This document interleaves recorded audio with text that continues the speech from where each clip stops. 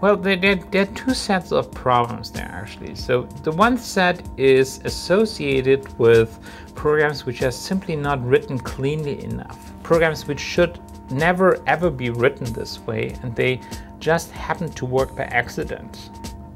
SELinux simply enforces to not be able to execute these kind of programs and to terminate them while before we worked around the problems. That's one issue, simply where the programmers over time are learning about these mistakes, because working around these mistakes even has advantages in many cases. The program might get faster, things like this.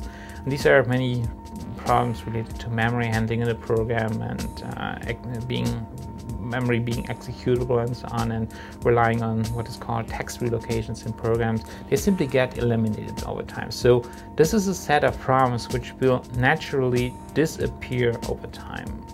The second set of problems is then what you mentioned is third-party applications, and also other applications simply don't have a policy which is coming with them. So first of all, it is always possible to run such application in an unconfined policy, which makes the system less secure, but it does not necessarily prevent them from being used.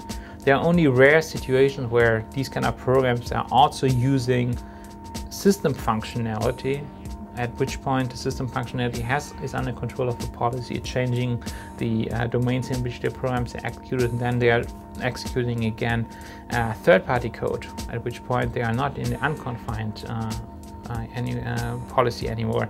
This can be solved with minor modifications in the SELinux policy.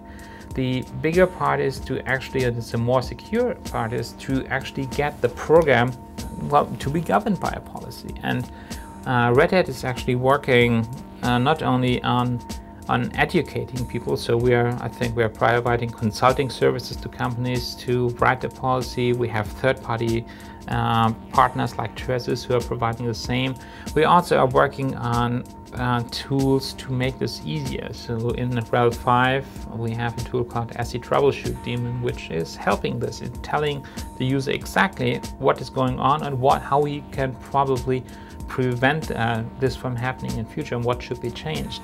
And in addition to this, also in RHEL 5 the change to SELinux was that you don't have to rewrite the monolithic policy anymore. You don't have to rewrite the whole thing. You can make incremental changes to the policy. You can, with the help of the tools, create a little module which gets additionally to the system policy added into the kernel, which is then governing additional parts or overwriting other parts of the policy. And this means for third-party software, for ISVs, it will be easy to provide their own SELinux policy, which is extending the system policy, and which is basically independent of it. And over time, this is what we are working on with ISVs, to simply provide this kind of information and lock down the system even in these kind of environments.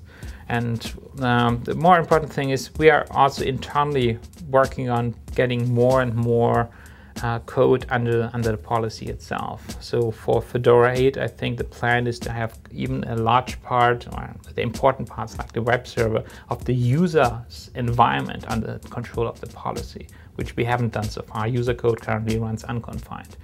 Once we have things like the web browser and the mail client under control of the policy, we basically lock down the system, since these are the main entry points.